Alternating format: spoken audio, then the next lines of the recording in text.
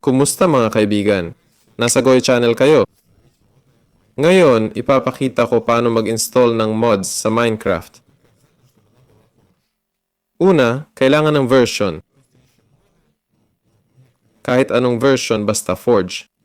Sunod, hanapin ang mods. Halimbawa, kailangan ko ng 1.12.2. Punta sa site, piliin ang mod. Halimbawa, Furniture. I-click Download. Ito na ang mod. Ilipat sa Update a folder. Type %appdata. Punta sa .minecraft mods at idrag ang mod doon.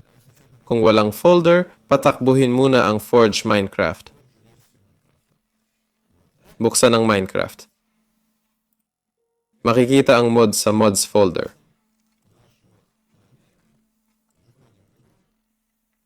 Pumasok sa laro. Sa inventory, makikita ang bagong mod. Yun lang, si Wyler to. Paalam sa lahat.